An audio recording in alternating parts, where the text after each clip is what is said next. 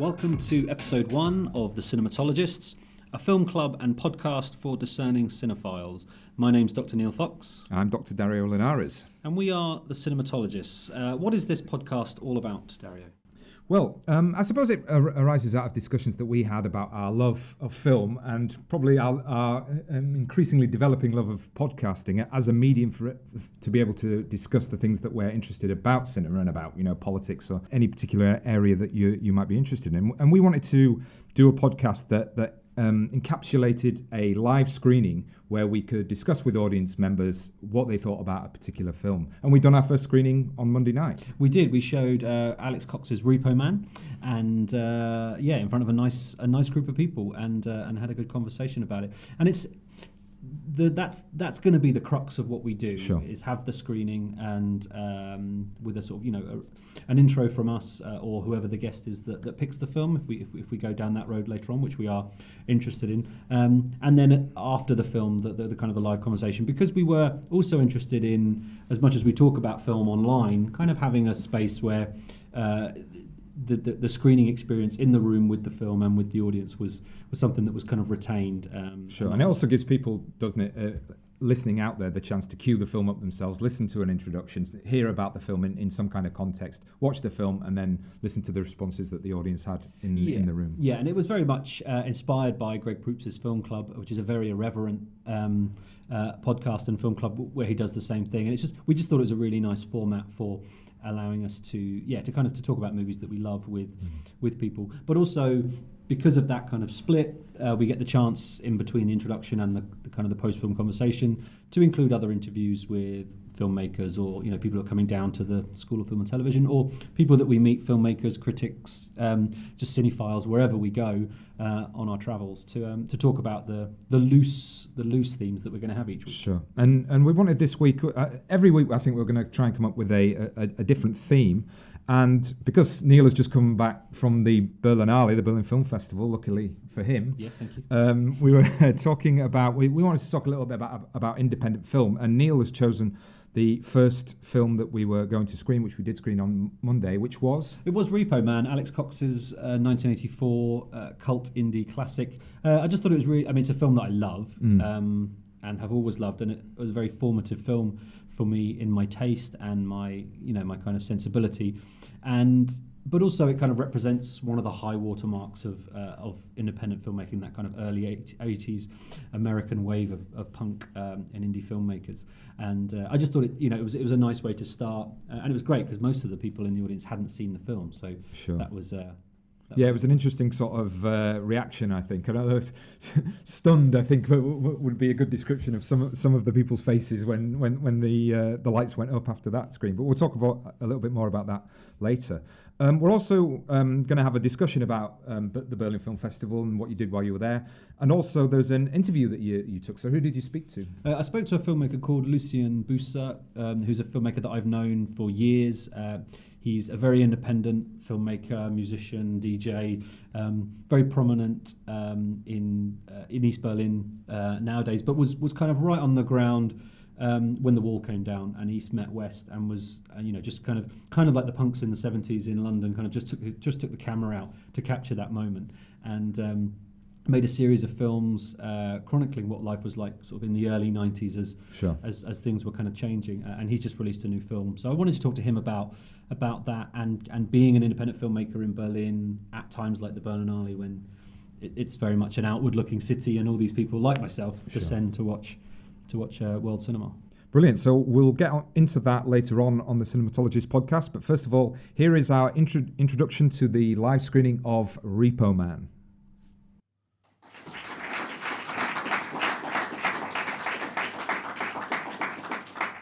Thank you very much for that warm, unsolicited applause there. Thank you for coming to the first Cinematologists podcast and screening. You might be asking why we're doing this. Well, we like to talk about films. We like to talk about the films we love, and we also really enjoy podcasting. We think it's a really important medium in terms of discussion, disseminating information. It's going to be increasingly important when it comes to academic and disciplinary areas, but we really enjoy talking about it and we enjoy listening to it as well. And we thought, we've got a lot to say about films, haven't we, in various different ways. So each week we're going to put this into a bigger podcast, which is going to have interviews and discussion between the two of us, and there'll be a central theme. What we're going to do is have a little bit of an intro of the film before we start, obviously, and then afterwards we'll watch the film and then give you guys a chance to comment on it or ask any questions. So anybody listening out there in cyberspace can queue it up, listen to the first half of the podcast, watch the film, and then come back and watch the second half. Hopefully you guys will be participants and you'll ask plenty of questions and it'll be more of a discussion. So Neil came up with the name Cinematologists. So where does that come from, Neil? Well, the Cinematologists was the name given to the people who, when film scholarship was first kind of formalised in the 50s, that was the name given to people who kind of taught and were interested in film as a kind of scientific pursuit, as an artistic pursuit. And it seemed like an interesting name because it was supposed to bring together not just the people who were teaching film, but librarians, archivists, critics, anybody who had an interest in talking about film as an art form, as an industry, as this as this kind of emerging thing that was kind of taking on all these new forms around the world. And over time, it's become more about moving away from that kind of description of the people who do it to actually the subject itself. So, and we felt, didn't we, that cinema itself is kind of not central to the discussion as much as it used to be, obviously with the emergence of TV and obviously kind of people sort of talking about stuff on social media. So we thought it represented a good name for bringing people together of different backgrounds, different areas, to just engage in a conversation about cinema. Yeah, and I think that the whole idea of the digital age has repositioned what cinema is. So in a sense, that name again links back to the idea of what is cinema in the 21st century, and when obviously it's the medium of the 20th century, I think. So we're going to keep putting these podcasts out 2 a month. So hopefully you'll get into the rhythm of coming along if you enjoy it. And then when we launch in September on iTunes with a full set of 8, and we're hoping for a lot of interaction, maybe even some suggestions of films, although I think that we've got quite a few ideas lined up ourselves for that. And indeed, Neil chose tonight's screening, so you can blame him. Yes. Why did you choose tonight's film, Neil? Why did I choose Alex Cox's Repo Man? Well, quite a few reasons. One, it's great, which is the main reason.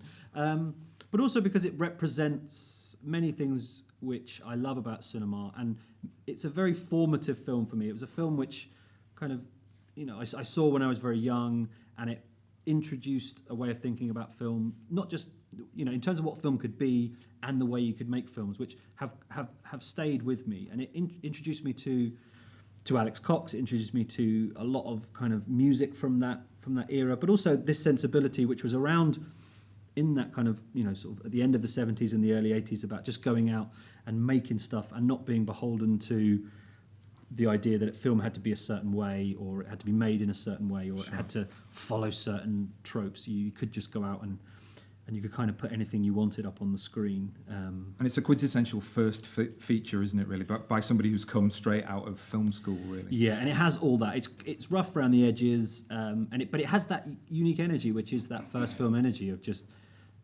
It's kind of insolent in a really good way. It's like it's full of energy, full of vigor, full of let's just get it all up on the screen and not care about what people think of it, really. Yeah, and I think with the sort of audience we've got tonight, a lot of sort of young filmmakers in the audience, there's a sense in which it does kind of contest what you might sort of see as classical rules. It is a cult film in every sense of the word, really, but it's also a really archetypal lesson in how to put something together that does look like it's a proper feature film. It's not a student film in that way. No, not at all. I think that's because Cox is very much a student of cinema. So he loves cinema, and he loves westerns, and he loves classic Hollywood, but he also loves punk, and he wants to make things in a certain way. So it felt ambitious to me when I saw it. It felt like it had things to say. I didn't know what it was saying. I was too young to really grasp a lot of the politics and a lot of the almost kind of philosophical positions that the film takes. But I knew that it felt important. It felt like this was a filmmaker. How old were you in '84? Oh, well, I didn't see it in '84. I would have been 7. Right. I think my life would be very different if I was seeing this film at 7. But I think I saw it when I was about 16, when I was really started getting into cinema. And I just saw it in a shop, and I liked the cover, Sure. and it looked cool, and it had Emilio Estevez in, Right. who I liked from Young Guns. Yeah. You see, I would have said Breakfast Club, but there you go. Yeah, see that you're a bit older than me, so Well, you probably had Breakfast Club before me. But yeah, and then seeing Emilio Estevez in a completely different light, Yeah. was exciting, and he's never been in anything Remotely like this since. No, absolutely. Which is a shame. And Alex Cox, I mean, I know him primarily. I've seen a few of his films, maybe 2 or 3. I haven't seen everything, and he is a sort of, one of these outsider filmmakers. But I remember him primarily from Movie Drome, Yeah. which was a kind of BBC Two. For those of you who don't know, it was a sort of BBC Two series where he came on and introduced cult films that he loved, and it was a really sort of staple, weekly viewing practice for anybody who loved cinema. And you get a sense of these films are really interesting and important, but not what you would see at mainstream theatres. That was really formative for me. So maybe, I don't know, where does Alex Cox sit for you? He sits very highly for me, largely because of Movie Drome, and what kind of doing that kind of showed me was that he's a filmmaker who he makes films, but he just loves movies. And Movie Drome was him kind of talking about the movies that he loved and introducing people to, a diverse array of cinema. He writes about cinema as well as kind of writing film. He teaches film. He's someone who, for me, embodies the kind of philosophy that if you like film, you can't really silo it into being a filmmaker. If you are a filmmaker, you should also be a student and a critic and a teacher, and a theorist and a teacher. That it's all wrapped up in the same thing. And I just always loved the fact that he would just turn up in all these different places that I was kind of interested in, where I would be like, oh, he's made a film which I really like. Oh no, now he's talking about this film, or now he's writing about he's writing about Dennis Hopper or whatever it is. Sure. And it just kind of inspired me that you don't have to be pigeonholed. Sure. But wasn't he a director really that the studio system couldn't kind of contain? Oh no, he's very idiosyncratic. I mean, Repo Man's probably his most probably alongside Sid and Nancy, his most accessible film. And you might watch it tonight and think that's not accessible at all. But at the time, it was very straightforward compared to particularly the films we make later, like Walker, which is probably, famously bombed. But it's probably my favourite of his films. It's incredibly with Ed Harris in, who's again a very interesting role for Ed Harris, I think. Yeah, I mean he's never done a film like that. But that film is full of kind of politics and this kind of really interesting use of anachronism and the parallels between kind of early American culture and the 80s, which obviously Alex Cox was most prolific when making films in the 80s. And this film is very much a kind of a comment really on the 1980s as well, isn't it? And that shift that happened really in the 70s into the 80s, away from kind of classical mainstream Hollywood into the kind of new Hollywood period, let's say. And then you've got the 2 stars, you've got Emilio Estevez, and then you've got Harry Dean Stanton, of course, in this film.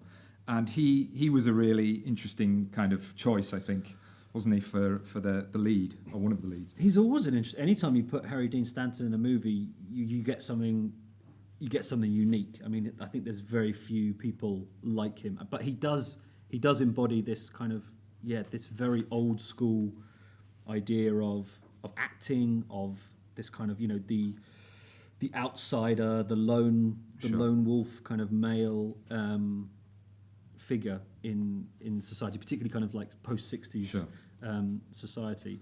And it's you can't make a film with Harry Dean Stanton in it and it not be kind of worth watching. Sure. And he was notoriously tough, wasn't he, on set here? I want to read an anecdote from Alex Cox's book called X Films, which is about his kind of recollections. And this is an anecdote about Harry Dean Stanton on set. So hopefully you know who Harry Dean Stanton is.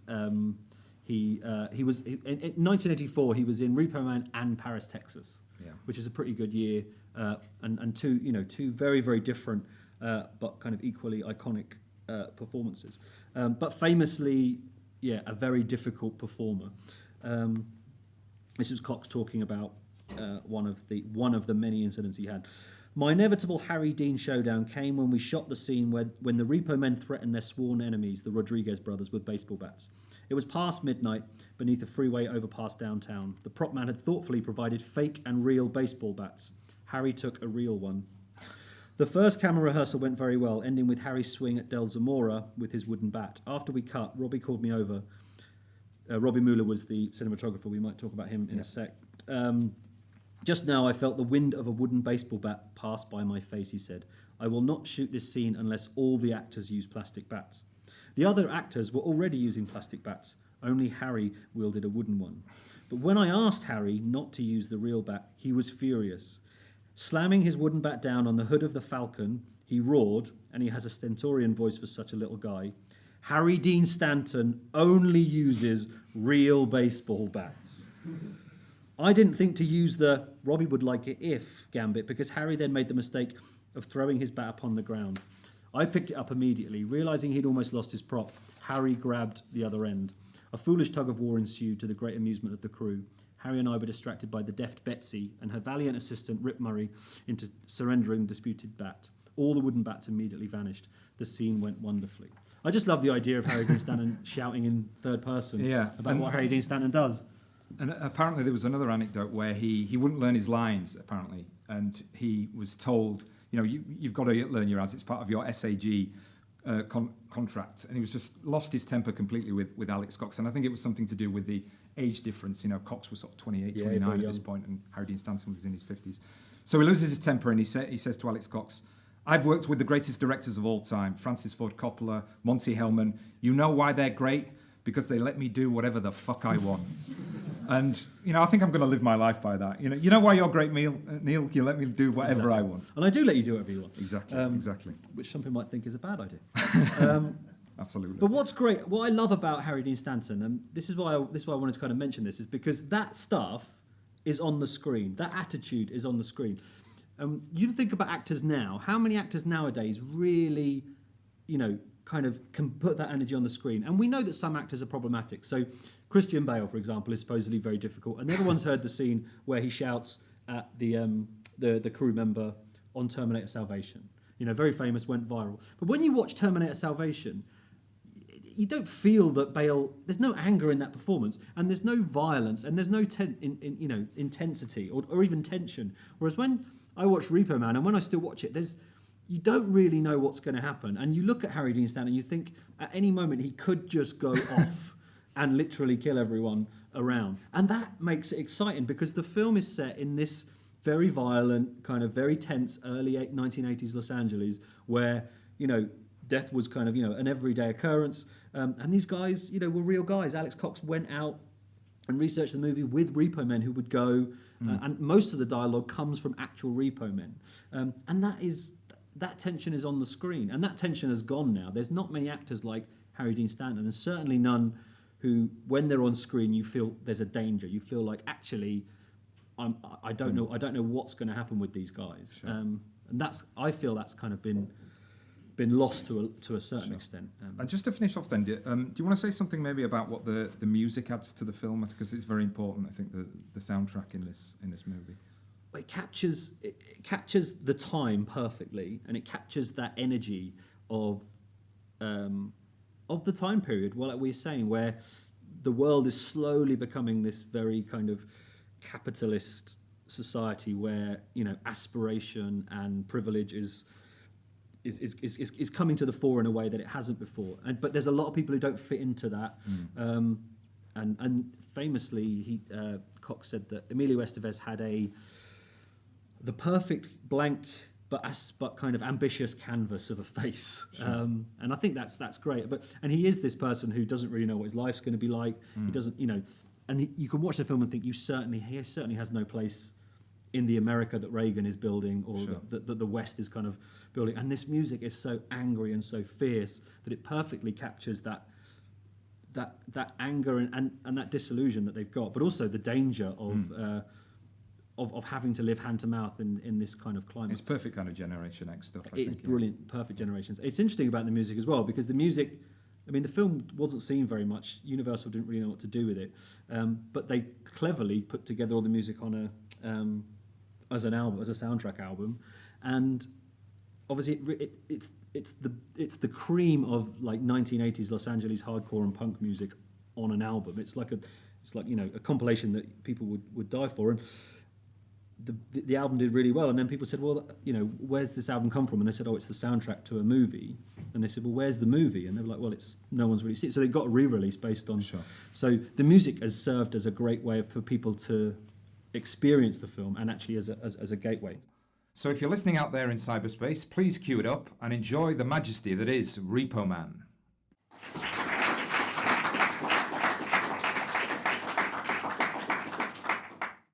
Okay, so you can hear the afterwards discussion a little bit later in the podcast. That was really well phrased.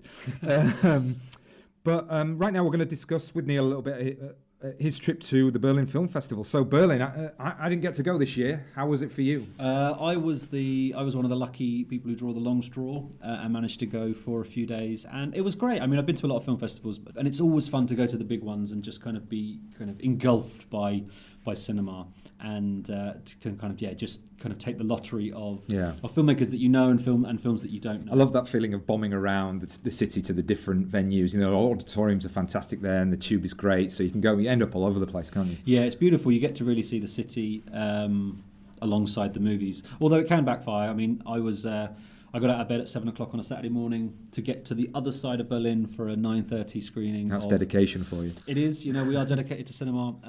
Only to see the new Werner Herzog film, which was utterly terrible. Oh dear. And a real disappointment. And it's one of those things where I try not to read reviews in advance, but you as soon as I came out and read the reviews from the premiere the night before, realised I could have done with a line. Right. I don't know the name of that. What's that? It's called Queen of the Desert, and it's a story of Gertrude Bell and her kind of voyages across Arabia and kind of the formation of what we now understand geographically as the Middle East. Sure. Fascinating story. Nicole Kidman's very good in the role of Gertrude Bell, which it's quite a thankless role. For what is an amazing woman, the story reduces her to this kind of uppity wanderer who does it because she's heartbroken. So it's obviously she's defined in this telling of the story by the men in her life, which just feels really reductive, and Herzog phones it in. There's no moments where you go, this is the man who made Aguirre, Wrath of God. This is completely absent. So but to be fair, that was the only negative screening that I saw. Really, the rest were great. I caught an old Ruben Mamoulian Technicolor wonder called Blood and Sand with Tyrone Power. Yeah, you were saying the print of that was fantastic. Just beautiful, yeah. As part of this kind of retrospective season, an absolutely glorious print from. I don't know when the print's from, but it was. Sure. The film's 1941, and it looked sensational. And I'm very jealous. Also, you got to see the new Guzman film, which I'm a huge fan of Nostalgia for the Light. So. Yeah, I mean, I sent you enough tweets and texts to rub that one in. And I was at the world premiere of that, which was just wonderful. I don't know how he does it really. It's another remarkable piece of work which ties in just so many different kind of elements of sociology, cosmology, ethnography, politics, but just manages to tell this wonderfully philosophical and personal story. And it's beautiful and incredibly powerful and moving. That was a definite highlight, as was the new film by Alex Ross Perry, Queen of Earth, who again, similar to Lucian, who I've known for years from the film festival that I used to run, someone who's who I've become friends with through that festival, and it's amazing to see independent filmmakers still making work after so long, but also someone like him just really, really kind of growing as a filmmaker. And what I love about his work is that although it's very independent, micro budget, scraping together enough money and just going out and shooting it with small crews, it's always cinematic. He's shooting on film. He's interested in the language of cinema. It's not just, well, we've got a micro budget, let's just stick a camera in a room. And his new film is a beautifully kind of tense 1960s psycho thriller with shades of Bergman and Cassavetes and particularly Polanski, and he was there talking about that influence. And that links a little bit, doesn't it, to Repo Man, because with that film, you've got this first feature. It's almost a kind of student film, but then the cinematographer, Robbie Mueller, is one of the greats of all time. So this great cinematographer comes in and makes this first feature look absolutely amazing. Yeah, it just having that cinematic sensibility just elevates it, and somehow Mueller captures the energy of that film beautifully, but also makes it look absolutely glorious. I mean, you sort of tapped me on the shoulder in the screening, particularly in that great kind of two-shot with Cy Richardson in the front and that's right. and they're both in their cars. It's just a painting, and you wish that nowadays that's how people approached independent filmmaking, with that level of artistry. With that in mind, then, do you want to just again set up the interview that you have over there? So the interview is with a filmmaker called Lucian Busse, who I wanted to talk to about his new film Berlinized, which is a document of life in post-wall coming down Berlin and kind of the party scene and the art scene, where it was just, you know, as he sort of alludes to, just a crazy time, you know, just and free. But then how that's changed, because obviously I've been going to Berlin quite a lot, and it was very different to see this time, and he talks about that. So hopefully you'll get a sense of the city of Berlin, you know, outside of the film festival. Great, so we'll play that now. I'm in Berlin for the Berlinale, and I've taken time out to catch up with a very old friend of mine, Lucian, who lives here in Berlin, and he's agreed to talk to me about the city and about his life as a filmmaker for our Cinematologists podcast. So, Lucian, hello. Hello. Tell us about your film Berlinized. Yeah, Berlinized is a documentary, and it captures the time in Berlin Mitte after the wall fell down. After the wall fell down, the city was suddenly double-sized because there was no wall anymore, and we all discovered the other part of the city.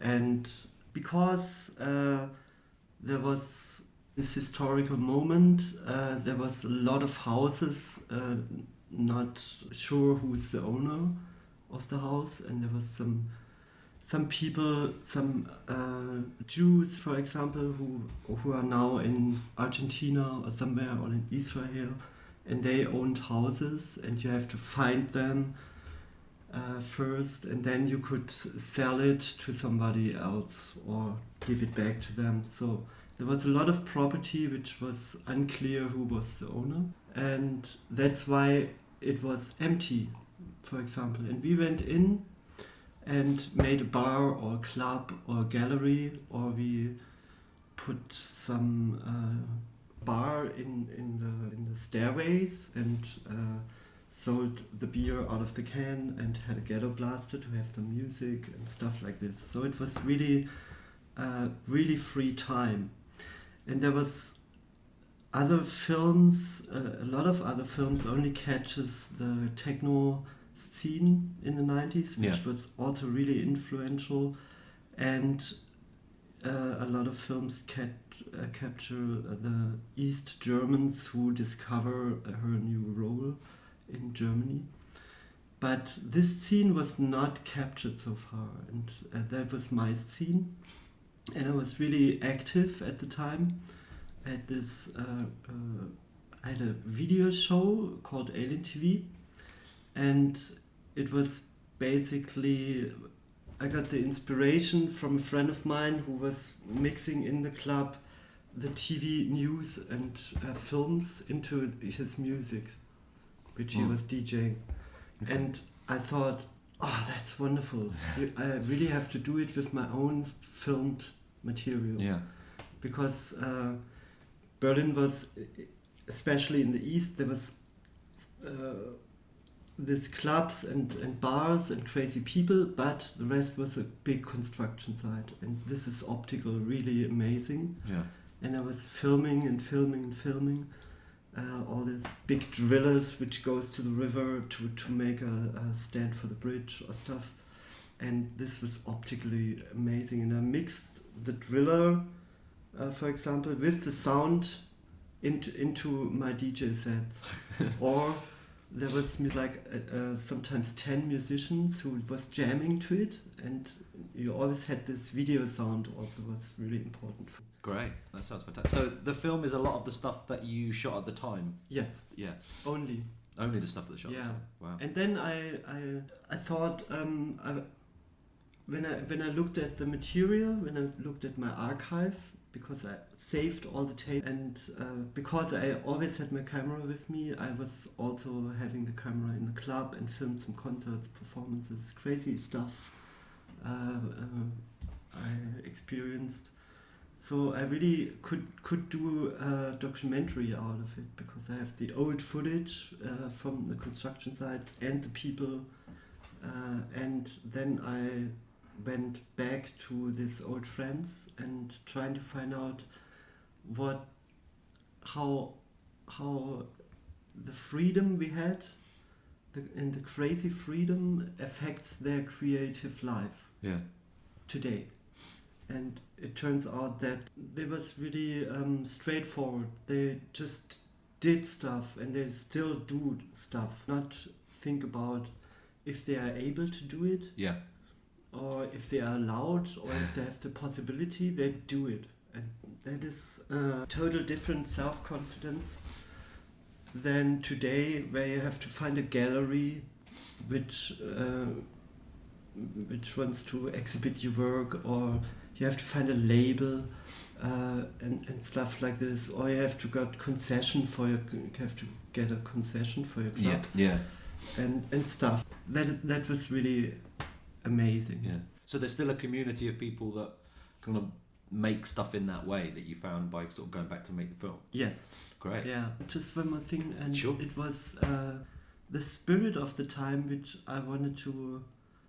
The message of the film, the second message, the meta message, is the fact that if you have a moment of senseless creativity, your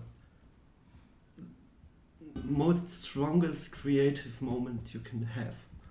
And it's like a child who is painting a picture, and sure, it wants to impress somebody, maybe, but that's okay. But it doesn't think about, oh, how much money can I get for this, or I will be a big artist, because the category is not the way children think. Yeah. It's just harnessing that emotion in a moment, like you said. Yes. Yeah. Fantastic. And that was a very strong moment at the time, Yeah. and this is what everybody has as a way of being creative today. Also, is it correct? Yeah, no, that makes sense. Yeah. That makes sense. So it's interesting that what you were saying about how much changed, in Berlin in that time, but also that there are elements that haven't changed. And I was saying to you before, where we are now in Prenzlauer Berg, the last time I came here, it felt like you were talking there. It was very much a kind of community of artists. Everything was kind of improvised places. You took us to some places that were just literally people per bar. But now coming back, it seems very different. So I just wondered if you could talk about how your neighbourhood has changed, I suppose, in Berlin in the last, in the last sort of 10 years or so. Yeah, the death moment, the killing moment of this kind of way of life and this scene was the football European World Cup in 2006. Yeah. I think, Yeah. or a little bit earlier. And there was one club down the road here, and he started to put a screen into his club. And people came there and watching football. And at the time, other people was recognizing, oh no, that's a great way to get people into my club. And suddenly everybody was watching football in the club. And a DJ or creative people was not as important anymore as this football game. After the football was over, it's like 190 minutes, it's a really long time.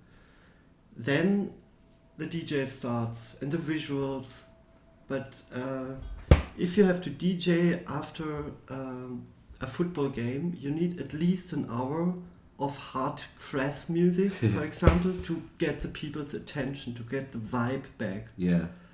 If you ever manage to get the vibe back, Yeah. because the people are paralyzed, like they're watching a football game, and I don't care about if people watching football, that's okay, but it's just a fact that it killed this vibe.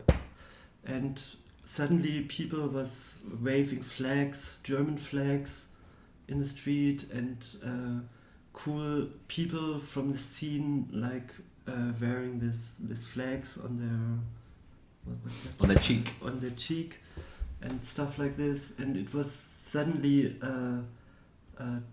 the focus changed so much, and from that time the possibility to make money out of something was kind of more important than to have a good vibe in the evening. Great. And it also happens to Prenzlauer Berg. The house owners, I guess in 2001 or 2, every house was they found every house was clear who's the owner. No.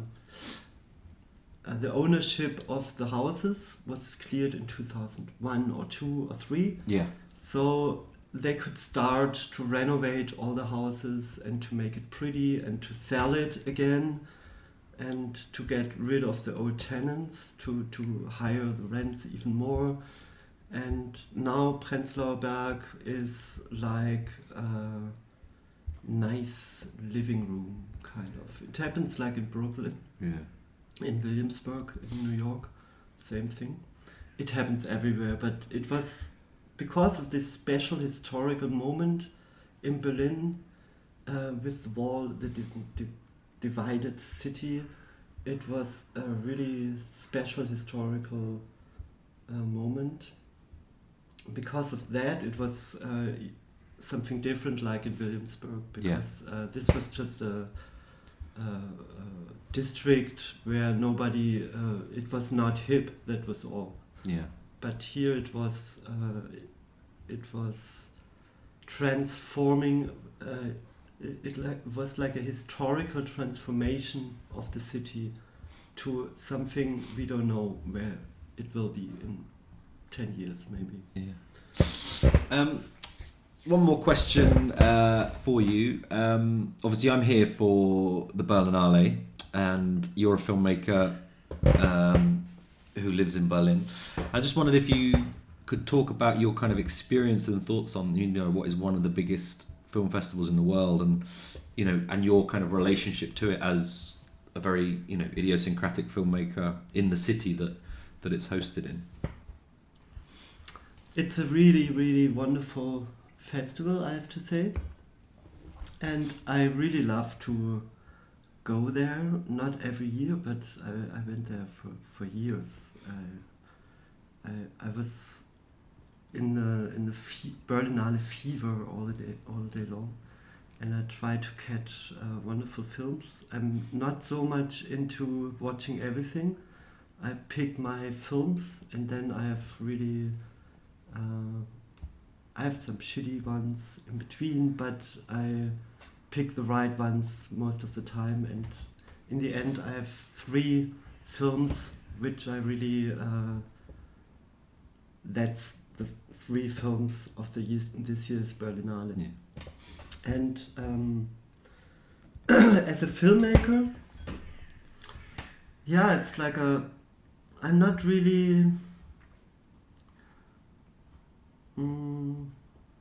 they are not really supportive to some risky projects.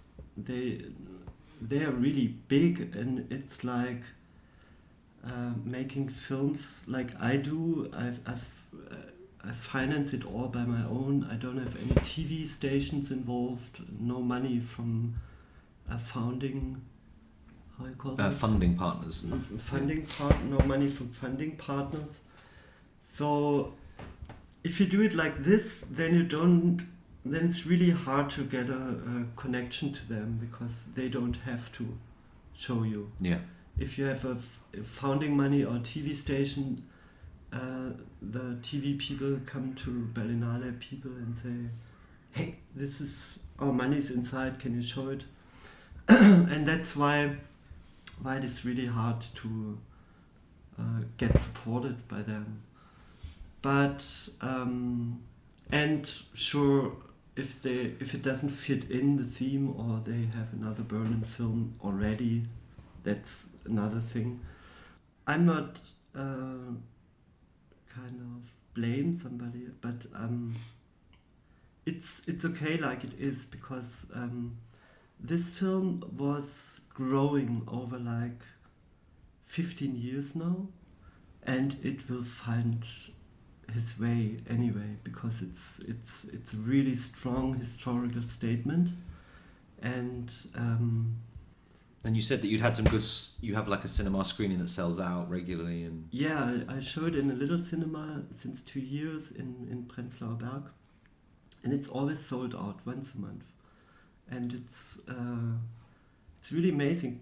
Tourists coming to see the film, old Berlin people, friends of mine, or people who lived at the time in Berlin who also experienced the time, or new Berliners from all over the world see this film and get an idea how it really was, and that is a really strong statement, this movie.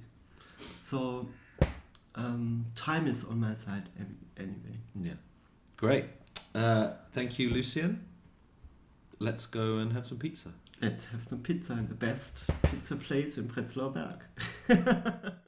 So some really fascinating stuff there. I mean, what struck me about that is when I was over in Berlin, you know, the sort of eastern side was really amazingly sort of well preserved in terms of the architecture. But it seems from the interview there, he was saying that there's a huge gentrification, a huge change that has gone since the Berlin Wall came down. Yeah, and I think, you know, it was amazing having. I mean, the last time I was there about 6 years ago, and he still lives in the same place, but around him, everything has changed. It's completely unrecognisable. Even when I was there was no bars, no coffee culture. It was very much indie, you know, people just doing pop-up bars, pop-up venues, you know. And, there was this wonderful old Eastern Bloc apartment block, which was just being overrun by artists. And there was musicians and bands and filmmakers and photographers in every room, and there was dark rooms, and you would just go on every floor, and it was just this hive of activity, and people were just kind of creating. And now that is, you know, a very expensive apartment building. Very commercialised. Yeah, and he was sort of saying how, you know, all those people that, you know, I'd met before are having to move out. You know, it's the same story as New York, it's the same story as London, and it's interesting, obviously, that, you know, that he was saying as well that Berlin doesn't really, as a festival, doesn't really touch on its own location in terms of how it's, you know, its own. I mean, that's an interesting point, isn't it? I mean, we have this discussions about what film festivals should do, particularly in certain areas. I mean, it may be different for Berlin in terms of what the Berlin Film Festival is trying to do commercially, and, you know, sell its products and that kind of thing. But even, you know, any film festival that's in a specific area, how much does it have to cater for that area, represent that area, is an interesting question. Yeah, and I think I was just sort of saying to Lucian, it would seem to make kind of commercial sense, you know, because you've got all these people coming from all over the world, filmmakers and audience members, to see films and to experience the city. You know, you'd think it would make kind of commercial sense to have a representation of the city on film in a contemporary way. But I mean, it was nice, you know, to hear him talk about the screenings that he has locally where people come out and support, and again, like everything really, you get a sense that there is this kind of ongoing film culture which just makes stuff and shows stuff. And thankfully, although it's very, very hard now to find independent film or any kind of alternative cinema on the big screen, there are still pockets, and it is still possible with a lot of graft, and that's kind of encouraging. I mean, I was going to ask you about that, because there is this sort of school of thought that suggests there's either your $250 million blockbuster or there's zero budget whatsoever, and the notion of a kind of mainstream independent cinema is kind of under threat or disappearing. I mean, did you feel that, or do you think that the Berlinale, you saw examples of that kind of cinema? Well, I think the programme is so big that there's always a space for that. I think the problem is something like the Berlinale doesn't really know what kind of festival it's supposed to be. It is a big marketplace, so it is valuable in industrial terms, but there's never a clear sense of what the festival is about. You know, I mean, even going there, you you get that it's about cinema, but what really is it, you know? And there is a sense that they are just kind of scrabbling around and getting the premieres that they can get hold of without any... It seems really commercial, you know, there's those stories about Harvey Weinstein flying in and then buying what he needs to buy and then jetting back out again. And you've got the 50 Shades of Grey world premiere, and you think, you know, is really? that, you know, it's nice, you know, it's a great screen, and, you know, but is that the kind of film, does that film need the exposure? That's where I always come from in terms of a festival is, do we need to see those films in that way? You know, could we not be a bit bolder in terms of elevating other filmmakers and other films to that level where they get that kind of and then you kind of think that's the role of festivals a lot of the time, because what they put up and what gets liked by the critics or, you know, the bloggers, then can it hopefully influence what gets seen on screens. Whereas if they're just showing 50 Shades of Grey, it kind of just permeates this constant, oh well, that's what people want to see. So those other films like the Guzman film and Alex Ross Perry's film, you know, the chances of those films ever getting a cinema release becomes much harder, which is a shame. We get a kind of aspect of that living down here in Cornwall, don't we, with the distribution that we get down here, which ain't great. It's not great, but I almost feel like an archaeologist when I kind of go online and find a cinema. Oh, there's this, you know, over in Newquay they're showing Foxcatcher in Newquay, or they're showing Selma, and we kind of do the road trip, which is kind of fun when you're out there doing it, but on a regular basis, it is disheartening that, you know, you read about these films that, you know, just look amazing, these filmmakers that you love, and then you kind of, your heart sags when you go, I haven't seen Inherent Vice on the big screen because it's not down here, and that's really sad. I think that might be a theme of the podcast to come. We'll hopefully keep what we haven't seen. We'll hopefully keep it this side of negative. Yeah, that's right. Okay, so now we're going to play the second half of our Q&A, the Q&A bit of our screening of Repo Man. Wow. Well, I don't know what to say, because it's sort of 20 years since I've seen that. It's long. I mean, I was really shocked and amazed how well shot it was, and the lighting, cinematography was just fantastic. And you said it was sort of rough and ready around the edges, and it definitely was in lots of ways. But some of the lighting, I mean, is that scene in the car, two cars adjacent to each other, and then some really complex stuff in and out of the space as well, I thought. Yeah, I mean, when I sort of said rough and ready, it was definitely the feel of the whole film and the way, I mean, like the narrative, and just, you know, just there's a kind of energy to it which is a bit rough. But it was shot by Robbie Mueller, who, you know, I mean, in the space of 3 years, he shot that and Paris, Texas in the same year. Then he shot To Live and Die in LA for Friedkin, and then he shot Down by Law for Jarmusch, and he shot a lot of Vendor stuff. He shot a lot of Von Trier stuff, 24 Hour Pie People. I mean, you know, it's just one of the kind of the great one of the great cinematographers. And what's amazing is that all that independent cinema in the 80s is kind of different to what it is now. It's they believed in cinematic artistry and some of those compositions, and like you say, some of the lighting and some of the camera work is just beautiful. It kind of reminded me a lot watching it there, and the first time I sort of picked up on that because I watched this other film recently, They Live, John Carpenter's film. Yeah. It's very similar to that in many ways, and especially the stuff where he goes into the family and, you know, he's eating out of the can with food on it, you know, and they're watching the TV evangelist on the TV, and it is that whole sort of sense of the post-war generation have just sort of given out, and they've spawned this X generation who are just kind of like, you know, trying to get any kind of job that's going in an economy that isn't kind of working. This kind of theme, I think. Yeah, and the visual.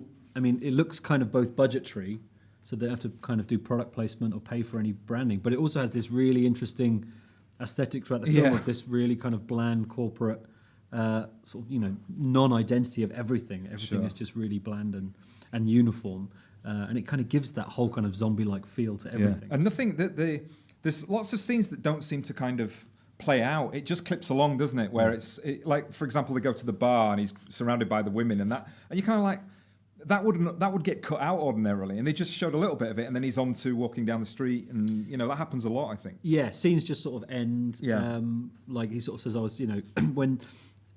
He just leaves Harry Dean Stanton like seven or eight times, and then I'm sorry, later on, and lots of kind of really fortuitous things happen plot wise, because I don't think it's necessarily interested in. There's no arcs. There's no 3-act structure to it. No. It's just. And the last 20 minutes really, just goes off the deep end, doesn't it? Really. Yeah, in brilliant. You know, just like what we were sort of talking about earlier about, actions and explosions. Like, what can we do? Well, we can have a helicopter. We'll have everybody. We'll have, everybody in the hospital. The force field on the car. Everything's just goes crazy. Yeah. So, what did you guys think? Anybody want to ask a question or make a comment? How do you have the thought process to make something like that? Well, I don't know. I mean, a lot of the stuff he wrote ad hoc on as shooting was taking place. I think they had the basis of the script, but then a lot of the monologues were written in casting. I mean, there's the sort of guy who's completely off his head in the other one doesn't drive. I get the bus because driving makes you stupid and that kind of stuff. And then obviously he sort of takes off at the end. But then he's got that long monologue, and that kind of stayed in as it went along. But again, I think it's just a case of trying to find what you can do, with a very small budget. I think in terms of the script. Yeah, and I think he was interested in that world of Repo Man, and he was based in LA at the time, and he knew all these, musicians and kind of was getting to know actors and just he just thought it was cool, in the same way that people think it's cool to make movies.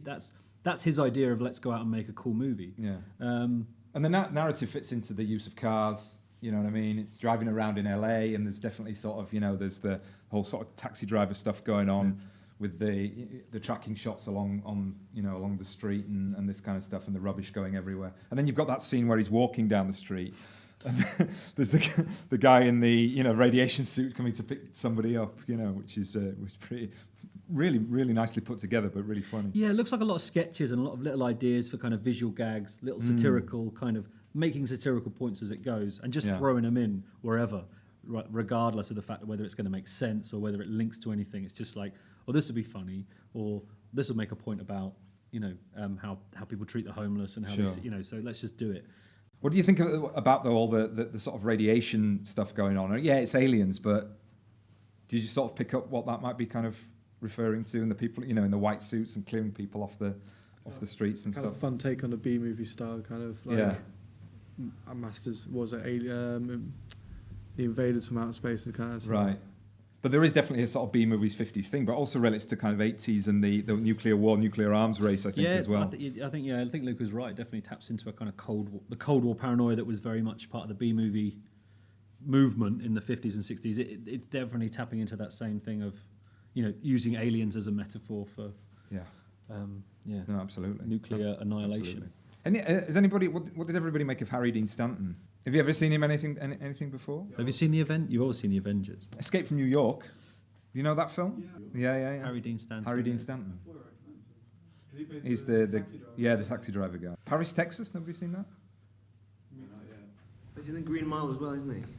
Is he in the Green Mile? He is in Green Mile, but yeah, I mean, it's weird. It's interesting to know see how you guys know Harry Dean Stanton, because obviously for us he's very much the Paris, Texas, and that kind of stuff. And this movie. But what about Emilio Estevez? You all know him, no? Yeah. Breakfast Club. Breakfast Club. Yeah, absolutely. I mean, he's Charlie Sheen's brother, obviously, and then son of Martin Sheen. But he changed his name to reflect his mother's side, I think. Yeah, isn't his name? His name's like Michael Douglas or something like that. And really? That's like. Isn't that Michael Keaton who's Michael Douglas? Or someone like that, but it's his name is already taken. So right. He took the Spanish name. Right. Because I think they've all got Spanish names. No, I think definitely Michael Keaton was Michael Douglas before, and he changed it to Michael. He's definitely got. He definitely couldn't be whatever his name was, so he took the Spanish name from his family. Sure. Which they've all got. Yeah. Yeah. Anyone else want to? We can all go to the pub if you like. Yeah, just like thinking about it, because I think you could say that Repo Man is kind of like, it's very much a film of its time. Like, it's definitely an 80s film. You could never make it in another era. But do you ever think it's possible that someone could make a film that is similar to Repo Man, but it would be prominent to like its like time? So like, do you think it's possible that someone could ever be able to make a film like Repo Man, but in a way that it would fit into, like, say, the 2010s or such? Well, if you look at a film like The Matrix, for example, I think that's dated. Completely. No, computers don't look like that anymore. We've got Windows and Macs and all that. The interface isn't that green and black screen with green lettering, and the phones are not used in the same way. So it's exactly. So it's completely dated because of its technology, and it's the same here. Technology tends to date films. I mean, you look at there was actually a disc camera in that film. Anybody ever heard of a disc camera before? Was it that one they were messing around with? Yeah, that's right. It used to be a really flat thing, and you put in. It looked like it was like a plastic CD that went in. It had little bits of film perforated all the way around, and you put the thing in, and you clicked it, and it winded round. Polaroid? Yeah, it was kind of. You didn't get the photo straight away, but you went put the disc in, and the disc got developed, and it was just sort of compact way instead of using film. And then, how much we've forgotten over time. well, yeah, I think that's absolutely right. And then the special effects at the end definitely looked like they came from the ZX Spectrum. Yeah, definitely. Anyone else want to make just to carry on? Sorry. I think people, the film has something to say, and I think that a lot of those films that came out around that time, they were interested, they were connected to the culture that they were part of. I don't know how much those kind of films are. There's that many filmmakers now who are making films that are interested in saying things like that. There's no filmmakers interested in politics, that are making independent film really that gets any kind of release like Repo Man would have got. I would love to see people kind of taking that let's just do it approach. Let's let's have that attitude. But I think what's important as well is that Alex Cox, Jim Jarmusch, and Dick Rude, who's in that movie, then went on to write Straight to Hell with Alex Cox. They all came out of punk, and they all came out of a kind of a disillusionment which led to them wanting to do stuff. And now there isn't that kind of feeling. People want to make movies more because it's cool to make movies and to be part of filmmaking or whatever. There's not so much let's do all that cool stuff and have fun and kind of be famous, but there's a point to it. We are angry and we do want to kind of. And I love that scene at the end where he's Dick Rude's dying and he's saying, society made me this way. He's like, that's bullshit. There's so many of those little moments where there is a direct kind of commentary on America and kind of capitalism and this kind of growing horror of Reagan. And that's what I think is missing. I think you can make a film which apes all the B movies and has a lot of car chases and a bit. But that would be today, and it would it would be packaged very unironically or kind of meta-ironically as this is what it's aping off. This is the stuff it's referencing to. Whereas that is really has something to say underneath, even though the chaos is just everywhere. I think. Michael. Yeah, this kind of follows on from what you've just said, but it really did feel like he'd taken the idea of the Repo Man, what this job is, and sort of broadened it out to something much bigger. This slightly strange job that it's like they're not criminals, they're within the law, but they act like criminals, and they kind of, he seemed to be sort of maybe expanding that a bit to comment on the church and the state and all kinds of different things, and just the whole idea of repossession in general, of that you haven't, you're not paying your bills, therefore the thing you own will be repossessed. I don't think I've quite it's very processed cynical in my head how much far he took that idea, but it feels like he really took it very far. Yeah, I mean, it's. I think there's a sort of cynicism there that everybody's. There are no jobs. There was an entire history of post-World War II America where this older generation had a job for life, and then suddenly we're in this economy where there are no jobs around, and anything will work for a fast buck, and it's all about the individual. And I think that he is sort of playing around with those kinds of things. I think. Yeah, and I think as well, and the object. It's very much a film about the thing and the thing that people aspire to have. And you notice that most of the cars he repossesses are good-looking, attractive cars. They're not junk. So all these people who are supposedly poor and can't keep up repayments, they're still aspiring to have nice things. Which I think is very, very interesting. Yeah. You don't know who the bad guys are. Are they bad? Are they good? And he goes to that old woman's house, who's clearly playing him, and she's Sure. and it's he doesn't. There's no sides. Everyone is repossessing. Things all the time. And nobody has a proper conversation, do they? Throughout, it's just all arguments. It's all kind of antagonism. It's all everybody shouting at everyone else. Yeah, and Harry Dean Stanton, brilliant as he is purely has this code. Yeah. And it's mantra, and it's kind of it's all sound bites. Yeah. There's no real people in that film. Repo Men take speed. They do, And yeah, and then that's let's it, just take yeah. some speed. Yeah. And let's go get a drink, and it's intense. Excellent. So, any last questions, or should we go and avail ourselves of the bar or something like that? Okay. Well, thank you very much for coming. Much appreciated. Yeah, just before we go, just wanted to say a big thank you to Philly Blumel, who did our logo. She's not here, but she's done a wonderful logo for us. So I wanted to thank her. And we also wanted to thank our producers here, Marcus, Mike, and James. So if we could have a round of applause for them. And then we'll say Good night. good night. Thank you. Next week is Band Apart, so we hope we see you for that as well. So that was our first screening. How do you think it went? I think it went really well. Very pleased for a first Pleased with the film. turnout. Yeah, nice turnout. Some good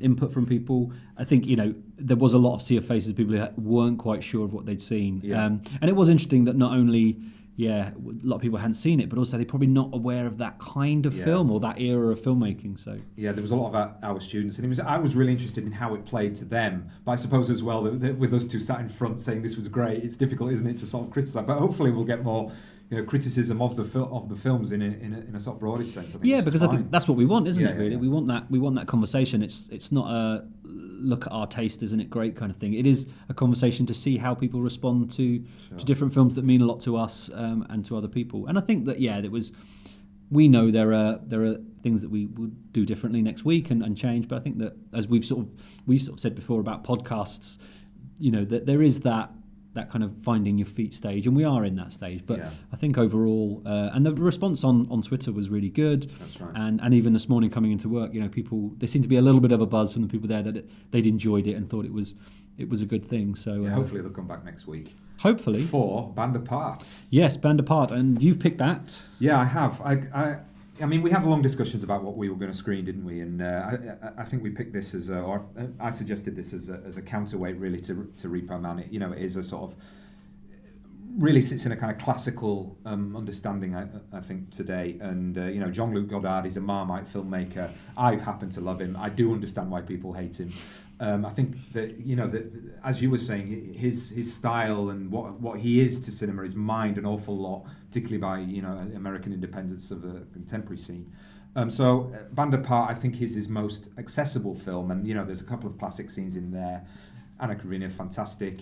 So there's a lot of stuff to look forward to, and I'm looking forward to getting into it. Yeah, and I haven't seen it in a while, so I'm interested to see how it plays for our students and for people who ordinary kind of film audiences. Hopefully there'll be a few of them there who will be used to seeing the things that have homaged it or stolen from it directly, and seeing how they how they respond to the original source. Postmodernism, mate. It is postmodernism. That's what we say. Yeah. So I'm just curious to see how it plays out and to see if it's how it feels as the original source of many ideas and. So that's next week. That's it for today's edition of the Cinematologists podcast. I'll have to learn how to say that clearly. Yeah, we might have to find a little short way of doing it. Please come and visit us on our Facebook page. We are also on Twitter at Cinematologists, and our website is www.cinematologists.com. I got it all out in one go. That was good. So we've got a few people to thank, Neil. Yeah, we've got Philly Blumel, who did the logo and the poster for and the kind of the branding for the website, and everywhere you sort of you will see the Cinematologists online. It's her work, and I think she's really captured a feel that we love. I love the artwork. Yeah, it's great, and very happy, and I think it captures the tone of what we're trying to do. And then there's our producers, the great students that we're working with on this, Michael, Marcus, and James, and they were great yesterday at the screening, very professional. So looking forward to working with them, and very grateful to have them on board. So that's it for episode 1 of the Cinematologists. We hope you can join us next time.